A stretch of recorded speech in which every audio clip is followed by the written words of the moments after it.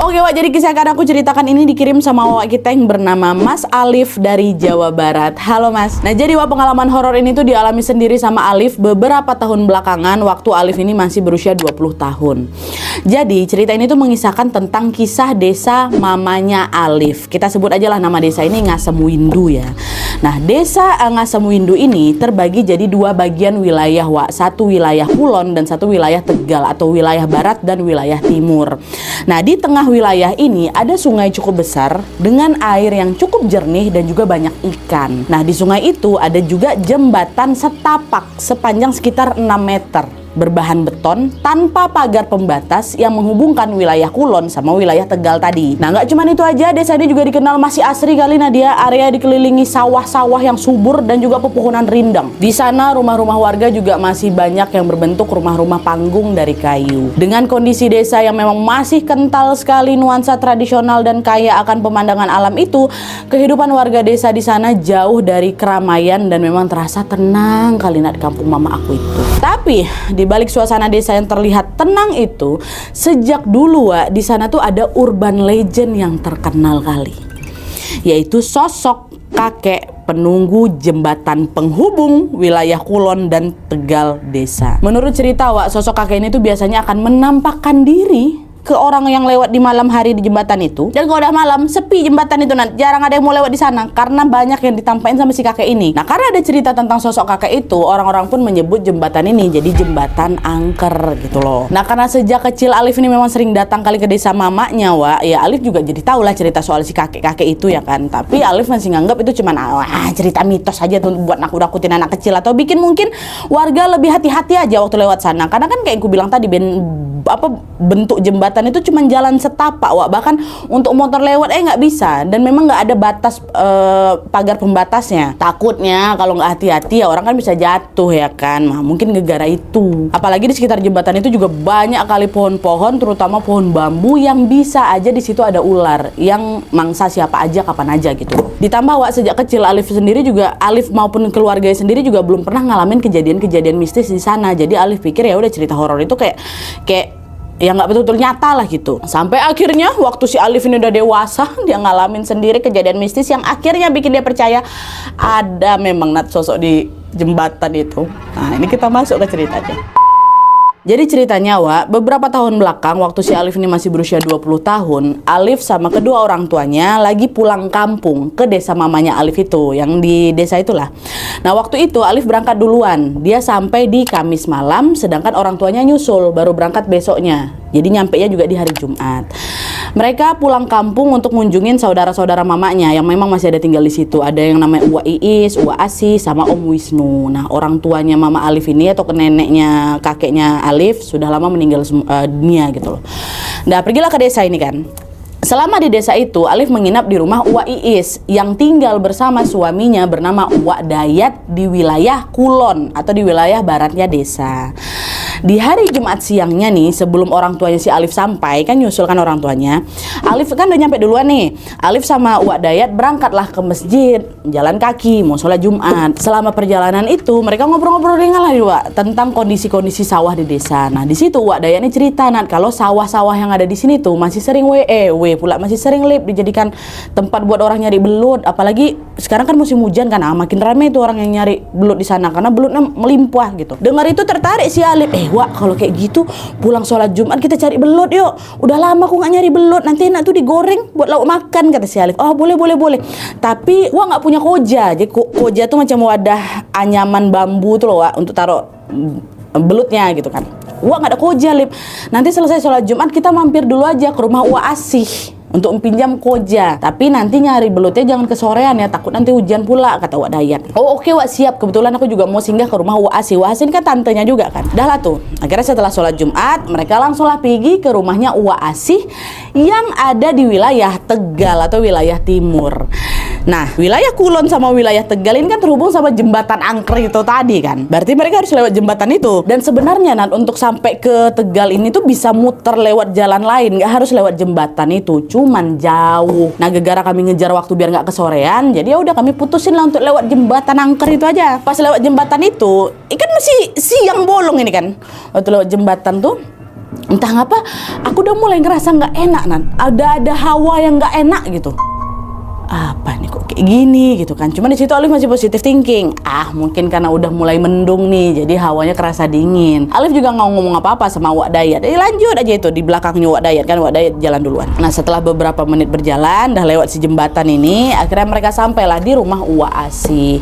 Wak Asih waktu itu tinggal sama Om Wisnu, om aku juga, adiknya Wak Asih. Nah, di sana Alif disambut hangat sama Wak Asih karena Alif sendiri juga udah lama kali nggak berkunjung ke rumahnya kan, Wak. Mereka saling bertukar kabar, mereka ngobrol panjang lebar apa segala macam. Mereka sempat makan bersama juga sampai tidak terasa waktu pun menunjukkan jam 1:30 siang. Gak enak lah Nat, aku main datang pinjam koja habis itu pergi. Itu yang kami basa-basi dulu. Udah lama juga aku gak ketemu tanteku. Nengok jam, toto udah 1:30. Nah, Wak Dayat yang tadi yang barengan sama si Alif bilang, "Lip, yuk balik ke Kulon kita, terus kita lanjut cari belut. Udah mendung ini Nak, nanti takutnya keburu hujan," katanya. Terus Alif bilang, "Bentar lah Wak, nggak tahu ngapa capek kali aku pengen duduk di sini dulu bentar ya Wak ya, cari belutnya habis asar aja ndak. Wak pulang duluan aja nggak apa-apa, nanti aku pulang sendiri ke Kulon," kata gitu. "Oh ya udahlah kalau kayak gitu, Wak pulang duluan ya, ada urusan Wak. Nanti kamu jangan kesorean pulang ke Kulon ya, biar kita masih sempat cari belut." "Oh iya siap Wak," kata si Alif. Dah baliklah Wak Dayat ini kan ke Kulon. Alif rebahan sambil main HP bentar. Mungkin karena cuaca mendung dan dia ya kan mendukung kali cuaca tuh, atau memang aku yang lagi kekenyangan ketiduran si Alif di situ. Tidurnya pun sampai berjam-jam. Pas dia kebangun, tahu-tahu udah jam 6:30 malam, Wak. Kok jam segini? Lama kali aku tidur. Lihat Alif bangun, Wak Asih bilang, "Udah Lip, kau nginap sini aja lah, udah malam ini. Apalagi di luar juga gerimis. Wak khawatir kalau misalnya kamu pulang sekarang takut ada apa-apa pula nanti di jalan." "Enggak lah Wak, aku mau pulang aja. Nggak enak juga kalau misalnya aku nginap, soalnya mama sama ayah udah nyampe, udah di Kulon, dicariin aku." "Ya iya, tadi Wak Dayat kesini lagi dan dia ngasih tahu memang kalau mama sama bapak ummu udah nyampe sekitar jam 3 tadi di rumahnya. Cuman belum sempat kesini, katanya mau istirahat dulu, capek." "Loh, tadi Wak Dayat kesini juga, kok nggak ngebangunin aku Wak?" "Iya tadi kesini ngasih tahu soal mama udah nyampe, sekalian mau jemput kau. Tapi waktu kesini kok lagi tidur ya, kenapa nggak dibangunin?" katanya. "Tadi waktu udah bangunin kamu loh, susah kali kok dibangunin, makanya udah ditinggal sama Wak Dayat." Alah, yaudahlah kalau gitu Alif pulang duluan ke Kulon ya Wak ya, kasihan tuh mama sama ayah nunggu di sana gitu. Nah, waktu dengar obrolan itu Om Wisnu kan tinggal di situ juga, nimbrung. Yaudah sini Om antar pakai motor. Udah malam, gerimis juga. Ditambah kalau misalnya aku jalan, aku pasti lewat jembatan kan. Jangan lewat situ, takut ada ular. Cuaca lagi kayak gini banyak ular berkeliaran. Kata, nggak usah lah Om, kata ngerepotin. Berani kok aku Om. Ini juga hitungannya belum terlalu malam kok, masih 6:30. Pasti ada itu warga yang lewat sana. Udah aman aja itu, Wak katanya. "Oh ya udahlah kalau nggak mau. Nih bawa senter sama payung ya," katanya. "Sama. Kok nggak usah lewat jembatan, lewat jalan muter aja kau." "Oh iya Om, siap," katanya. Nah setelah pegang senter sama payungnya, Alif pun langsung lah berpamitan ke Wak Asih dan Om Wisnu, lanjut jalan pulang nih, ya kan. Nah di perjalanan pulang ini Wak, baru aja beberapa jauh melangkah, ternyata gerimisnya makin deras Nat. Nah khawatir hujan tuh makin deras, aku pun mutusin untuk ya udahlah aku lewat jalan tercepat aja lah, lewat jalan si jembatan angker itu. Di situ Alif tuh sebenarnya masih kepikiran sama pesan Om Wisnu tadi Wak, dan dia juga lumayan was-was kalau udah ular macam mana kayak gitu kan. Itu aku takutin ada cerita soal yang kakek-kakek itu kan, aku masih nganggap itu mitos ya kan. Itu tetaplah dia lewat ke sana. Apalagi ini paling bentar lagi juga azan Isya, katanya pasti ada nih warga yang lewat jembatan itu buat ke masjid. Aman ini. Nah akhirnya Alif pun nekat lah itu kan, lanjut jalan ke arah jembatan, nggak lewat jalan yang mutar Wak. Di perjalanan menuju jembatan itu Alif harus ngelewatin pepohonan yang merimbun dulu dan jarang ada penerangan, harus lewat itu dulu. Nah jalanannya diam aja, nggak ada aku, belum baca-baca doa tuh, masih santai aku. Nah pas hampir dekat sama si jembatan tuh, tiba-tiba nggak enak perasaan aku, merinding dan aku di situ. Allah, positive thinking dulu. Mungkin karena hujan ini ya, jadi aku kedinginan, merinding semua bulu roma aku, siapa tahu. Tapi habis itu Alif mulai nyadar ada yang janggal. Karena aku tadi berangkat dari rumah Wak Asih itu udah mau jam 7 kan. Terus ini aku udah jalan beberapa menit. Harusnya sekarang udah waktunya azan Isya, tapi kok sampai sekarang belum kedengaran suara azan itu ya, kata si Alif. Di situ Alif sempat berhenti bentar tuh, berhenti aku simak-simak lo kan. Sambil mikir, perasaan aku campur aduk tuh antara aku bingung, terus aku juga takut gitu. Waktu itu posisinya aku tuh nggak bisa ngecek HP, ngelihat jam karena tangan aku yang satu pegang senter, satu lagi pegang payung. Ditambah aku masih pakai sarung yang dipakai sholat Jumat. Ada dia HP ku masukin dalam celana. Jadi aku agak kesusahan nih mau ngerogoh si HP itu kan. Jadi aku nggak tahu itu tepatnya udah jam berapa. Akhirnya mau nggak mau dia lawan lah itu kan perasaan nggak tenangnya, dan dia mencoba untuk positive thinking. Mungkin tadi tuh udah azan sebenarnya, tapi aku nggak ngeh karena aku ngelamun mungkin ya. Di sini kan ada banyak pohon rimbun, jadi mungkin suara azan itu kehalang sama pohon-pohon itu. Mungkin. Jalan. Udahlah jalan aja lah. Alif ini terus jalan, dan beberapa langkah kemudian Alif hampir sampai di jembatan tuh, ya kan. Nah, waktu udah nyampe di sana, makin gak enak lagi perasaan aku. Entah ngapa, hawa dingin tadi tuh kan dingin kan. Hawa yang tadinya dingin itu mendadak jadi panas. Sampai istighfar aku. Astagfirullah. Astagfirullah, panas, panas. Astagfirullah, nggak betul nih. Astagfirullah. Baca doa dia kan, baca surat pendek langsung tuh. Itu belum naik jembatan tuh ya. Pas kali udah depan mata tapi jembatan tuh, baca doa, baca ayat kursi sambil baca bismillah. Mulailah dia ngelewatin jembatan itu, Wak. Nah ya, jalan. Nah, nggak ada apa-apa. Tidak jalan. Waktu nyampe di tengah jembatan, tiba-tiba langkah aku melambat, Nadia. Terus ada rasa aneh yang ngejalar dari kaki naik ke badan aku, Nadia. Terus sekujur tubuh aku mendadak berat, napas aku ikut tertahan, dan dalam hitungan detik aja setelah aku ngerasain yang pertama itu, kaku badannya si Alif. Kaku di tengah jembatan. Astaga, ngapa nih? Gak bisa digerak badan aku, gak bisa gerak, Wak. Gak bisa gerak, tapi takut lah dia. Astaga, betul, astagfirullahaladzim, ya Allah, ya Allah, ya Allah, ya Allah, ya Allah, lindungi aku, ya Allah, ya Allah, ya Allah. Sampai pegang senter nih, pegang payung. Astagfirullah, ya Allah, ya Allah, ya Allah. Terus nggak lama, Alif dengar ada suara batuk, Wak, keras sekali di telinga. Gitu kan. Alif ngelirik lah pakai mata ya. Nggak ada siapa-siapa. Dia batuk sekeras itu, terdengar. Terus nggak lama setelah suara batuk, dia dengar suara lagi. Jang. Jang tuh ujang, Wak, bahasa Sunda untuk panggilan anak laki-laki. Jang, gitu. Awalnya pelan memang, Nan. Jang, gitu. Macam udah teriak, makin dekat gitu. Astagfirullahaladzim. Ya Allah, ya Allah, ya Allah, ya Allah. Ya Allah, lindungi hamba. Setelah Alif baca, Wak, itu badannya tuh masih belum bisa bergerak dari badan aku. Tapi suara jang-jang tuh hilang. Dah agak tenang aku dikit di situ kan. So aku coba lagi. Sambil coba ngerain badan, aku coba kayak melirik kiri kanan. Nah, pas dia nengok ke arah ujung jembatan depan dia itu, samar-samar, Wak, dia tengok ada orang lagi jalan mendekat ke arah aku. Tenang, makin tenang. Alhamdulillah ada orang. Gak sendiri aku. Dah, jalan kan. Pak. Gitu-gitu sama si Alif. Pak, tolong, Pak. Aku gak bisa teriak, tapi untungnya suara aku bisa keluar. Pak, tolong. Dari jauh, orang tuh memang kelihatan senormal itu. Nah, dia berjalan di atas jembatan gitu kan. Orang berjalan di atas jembatan kayak gimana. Tapi makin lama dia makin mendekat, semakin jelas kalau ternyata orang itu adalah kakek, wajahnya hancur berdarah, bola matanya keluar satu, badannya gosong, dan dia membungkuk. Astagfirullah, apa nih aku tengok nih? Nggak mungkin nih. Astagfirullah. Itu aku saking nggak percaya sama apa yang aku tengok di depan tuh, dan aku sampai buka tutup mata gitu loh. Tapi makin aku kayak gitu, makin kelihatan jelas itu sosoknya. Di situ bukan teriak lagi, bukan doa lagi, nanti aku nangis. Aku Astagfirullah. Badan gak bisa bergerak. Allah. Untungnya setelah aku baca beberapa kali doa, dia bisa digerakkan badanku. Itu udah gak mikir-mikir lagi. Aku langsung balik badan, kan gak mau lah aku ke depan. Aku balik badan, aku lari sekencang mungkin. Itu senter sama payung udah aku lempar gitu. Wah, kata si Alif ya kan. Tapi belum lama si Alif ini kabur, Wak. Tiba-tiba sosok ada di belakang dia. Set, udah ada depannya. Kayak gitu. Dan waktu itu, kondisi sudah hujan deras, bukan gerimis lagi. Kok bayangkanlah itu kalau ada di posisi Alif. Astagfirullahaladzim. Dia balik badan, ada lagi depan dia. Balik lagi, muncul lagi. Dan setiap kali si kakek ini muncul, Wak, dia nggak diam ya, tapi sambil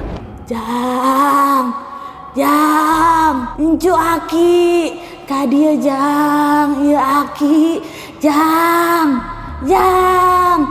Ika aki, ayo ngilu Jang aki, kata. Nak, cucu atuk, nak, ini atuk, nak, cucunya atuk, ayo ikut sama atuk, kata. Itu katanya. Itu Nat, aku bola ke sana dia ada, bola lagi sini dia ada. Astagfirullahalazim. Nah, pas aku muter berlari kabur yang entahlah ke seberapa kalinya itu, sosok tuh nggak muncul lagi, Wak. Tapi anehnya pas sosok itu nggak muncul, aku malah nggak nemu ujung jembatan. Ikan nggak muncul ya kan, lari nggak muncul lah nih. Tapi udah berlari kencang-kencang, kok nggak nyampe ke ujung, nggak nyampe aku ke ujung. Akhirnya aku putar balik lagi ya kan, ke arah si Tegal lagi, entah arah mana lah, pokoknya putar balik lagi, berlari lagi, nggak muncul sosok itu. Tapi aku nggak sampai di ujung jembatan. Nah dia, kok nyampe nih, stop bro, itu berlari, aku tengok aku berlari kok Nat. Balik badan lagi, gitu lagi, memang nggak muncul sosok tuh, tapi nggak sampai aku sampai ujung. Itu padahal Nat, jembatan tuh tadi panjangnya berapa? 6 meter cuman kan, apa nih? Jadi macam aku diputar-putar di situ ya, berlari, entahlah berlari di tempat apa kayak gimana, entar jembatannya jadi memanjang apa kayak gitu. Macam gak bisa kabur aku di jembatan tuh Nat. Nah, sampai di pelarian yang entah keberapa nih, Wak. Ya mungkin gegara pastilah, bukan mungkin lagi, pasti dia panik. Tersandung si Alif ini, tersandung. Di jembatan tuh kan gak ada pembatas kan, Wak. Terjatuh Alif ke bawah tuh, jatuh ke sungai itu. Itu aku terjatuh tuh Nat, aku udah pikir meninggal aku nih. Astagfirullah gitu kan.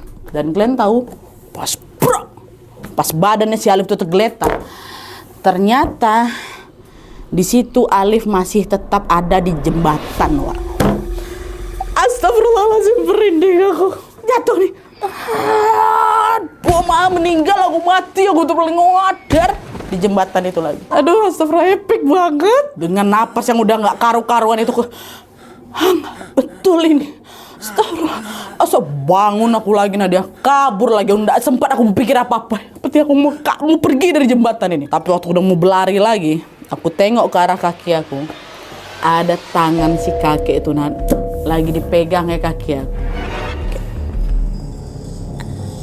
Jang, iya aki, Jang, incu aki, ayo ngilu Jang aki. Ayo kok ikut atuk, katanya kaget. Astagfirullah, itu aku mau kabur Nadia tuh, aku udah nggak bisa ngapa-ngapain lagi. Nah, yang pertama aku masih bisa pejamin mata kan, yang ini mata kunci susah kali dipejamin. Macam malah makin ku pejamin makin melotot, cuman bisa nangis aku deh. Itu yang paling aku ingat, aku cuman bisa nangis sambil aku tolong kayak gitu. Dan nggak lama Wak, dekat si sosok ini, sampai saat ini nggak pernah bisa aku lupa wajah itu. Pertama, dia baunya Bu Amis. Dan gongnya kalian tahu itu darah tuh keluar dari muka dia hancur, netes muka ada netesnya tuh sampai terasa di sarung aku. Mata aja keluar satu Nat. Jang kayak gitu. Dari awal kayak gitu kan, jang lama-lama. Jang, iya lagi gas di dia kata gitu. Jangan atuk udah di sini ya kata kayak gitu. Pas dengar suara itu, suara yang terakhir itu, udah pingsan aku Nat. Pingsan Alif. Gak lama setelah Alif pingsan, Alif tuh bangun. Di situ samar-samar dia dengar suara azan. As-sholatu khairum minan naum. Azan subuh. Terbangun si Alif di situ kan. Alif baru sadar waktu udah subuh, Wak. Udah nggak malam lagi. Itu dekat kerumunan warga, bukan di rumah warga loh ya. Dekat kerumunan warga. Samar-samar Alif juga dengar suara kerumunan orang. Jang, kamu nggak apa-apa Jang? Ngapa bisa tidur sini? Kata. Ku coba buka mataku pelan-pelan ada. Waktu dibuka, tergeletak aku di mana? Di jalanan dekat perumahan warga. Di jalanan ya Wak ya, bukan di jembatan, memang di jalanan. Di situ udah nggak bisa mikir. Itu rasanya saat itu juga aku langsung pengen cerita sama orang-orang dekat situ Wak. Tapi nggak bisa, saking lemasnya badan aku, pening kepala aku. Dan nggak lama pingsan lagi si Alif. Pingsan lagi, 2 kali dia pingsan. Nah lihat kayak gitu, tahu ini pingsan, nggak mungkin dia tidur lagi. Akhirnya warga pun langsung inisiatif cari keluarga si Alif dan langsung bawa si Alif ke rumah sakit. Dah, setelah beberapa jam dirawat, tepatnya di jam 8 pagi Alif pun sadar Wak. Di situ dia melihat keluarganya udah ada di bangsal. di tempat dia, bangsal tempat dia dirawat lah. Nah, setelah memastikan keadaan Alif udah agak tenang nih, Mama Alif nanya, ya Allah Lip, kok kemana aja sih semalaman, kok nggak balik-balik, katanya. Aku berusaha ngejawab langsung, Ma, tahu nggak Mama, semalam waktu Alif lewat jembatan tuh, Ma, Alif dikejar-kejar kakek-kakek, mah hancur mukanya. Udah berulang kali Alif coba buat pergi dari jembatan tuh, buat kabur, nggak bisa. Tuh nggak tahu aku ngapa tadi subuh aku malah tergeletak dekat jalanan ke rumah warga tuh. Terakhir kali yang ku ingat, mah, aku masih di jembatan. Malam tuh macam panjang kali semalaman, mah, aku kabur dari jembatan tuh nggak bisa-bisa. Aku ceritain itu semua kan. Denger itu, Bapak si Alif bilang, kau tahu nak, kami tuh semua semalaman nyariin kau loh di sekitar jembatan sama jalanan tempat kau ditemuin tadi. Tapi nggak ketemu. Kami juga heran kok tiba-tiba kau ada di sana. Tapi udahlah nggak apa-apa. Yang penting sekarang kau udah ketemu. Kau fokus dulu untuk mulihin badanmu ya. Abis itu balik kita. Kata, oh iya Pak. Kata. Dan setelah keadaan membaik, Alif pun diperbolehkan pulang dan langsung dibawa ke rumah aku Nadia. Aku udah nggak balik ke desa itu lagi. Setelah beberapa hari di rumah, Wak Dayat tuh yang suaminya Wak Iis yang mencari belut tadi tuh, akhirnya ceritalah soal siapa si kakek yang ada di jembatan itu ke si Alif lewat telepon. Di situ aku baru tahu kalau sosok si kakek yang dari dulu dia pikir cuma urban legend ini ternyata punya cerita menyedihkan di balik wajah menyeramkannya itu. Ini kita masuk, Wak. Jadi Wak, menurut cerita Wak Dayat, sosok si kakek itu tuh dulunya adalah warga sekitaran desa. Ya, nah katanya dulu tuh dia tinggal sama istri dan seorang cucunya yang ditinggal merantau sama anaknya, which is ya sama anak pahala lah kalian kan. Dia kakek, nenek sama cucunya. Nah setelah istri itu meninggal, kakek ini membesarkan cucunya seorang diri Wak, dengan susah payah dan segala keterbatasan ekonominya. Nggak ada info pasti apakah si anak dari si kakek ini ikut membantu keuangan kakek itu apa enggak. Cuman yang jelas di tengah kondisi itu si cucunya ini justru tumbuh jadi anak yang salah pergaulan. Mulailah itu suka mabuk-mabuk, minum-minum kan. Sampailah di suatu hari cucunya ini minta uang ke si kakek buat beli minum-minuman. Kakek nggak punya duit, Wah. Marah cucunya di situ. Dan seolah hilang akal nih, disitulah si cucu ini tega dia, Wak. Dihabisinya nyawa kakek, tusuknya Wak itu kakek tuh.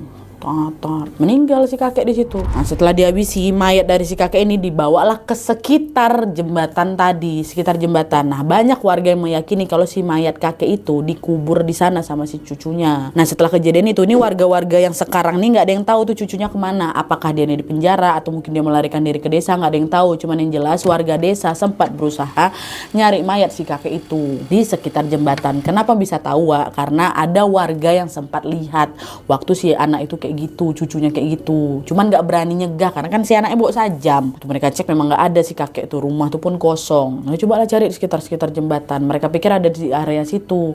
Mereka mau evakuasi jasad si kakek itulah biar bisa dimakamkan dengan layak. Tapi entah karena tertimbun tanah yang memang udah lumayan dalam atau hilang gitu aja, mayat si kakek tadi tuh nggak pernah ditemuin sampai sekarang, kata warga, kata Wak Dayat ini ya. Nah, setelah tragedi itu, warga desa pun mulai melihat penampakan sosok kakek di jembatan itu, terutama di malam hari. Dari sanalah mereka nganggap sosok si kakek itu, kakek yang menampakkan diri itu arwah kakek yang udah dihabisi sama cucunya tadi. Kata Alif, sampai sekarang katanya sosok itu masih sering nampakin diri ke beberapa warga yang lewat jembatan.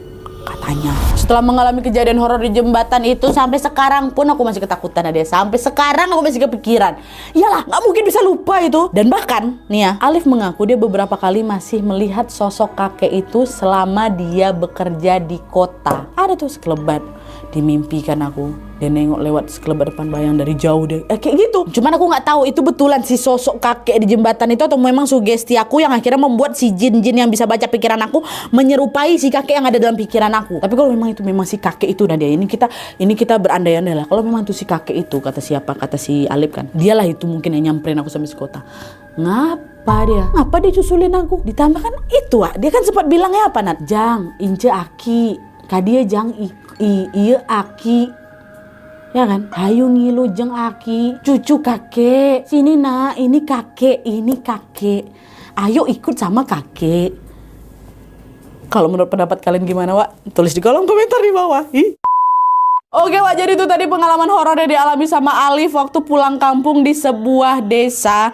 Kalau kita dengar ceritanya tadi, memang pengalaman yang dialami sama Alif ini seolah-olah membuktikan kalau urban legend yang dari dulu tuh tidak dia percaya, ternyata betulan. Cuman aku kasihan juga Wak sama cerita kakek itu ya. Kok bisa sih tiga-tiganya cucu yang udah dibesarkan dia dengan susah payah, dengan segala keterbatasannya, malah ngabisin nyawa kakek sendiri hanya untuk mabuk. Semoga kita selalu terhindar dari hal-hal yang buruk Wak ya, dan kita semoga selalu dalam lindungan Allah Subhanahu wa taala. Amin. Menurut kalian gimana ceritanya? Kalau misalnya kalian juga pengen berbagi kisah horornya Wak, boleh langsung kirim aja ke email kisahhororwak@gmail.com. Jangan lupa sertakan nomor WhatsApp sama Instagram kalian kalau misalnya kisahnya mau di-update video selanjutnya. Mengirimkan kisah ke Nadia berarti sudah siap videonya dinaikkan kapan saja. Thank you. Oke, Wak, jadi sekian dulu videonya. Terima kasih banyak yang sudah menonton. Kalau kalian suka video ini, klik like-nya. Jangan lupa komen di bawah tidak ada, dan saran-saran untuk selanjutnya. Jangan lupa nyalain notifikasi ya, supaya kalian tahu kalau aku upload video baru. And as always, jangan lupa untuk klik tombol subscribe supaya kalian sama-sama tahu informasi menarik dan menegangkan dari channel aku.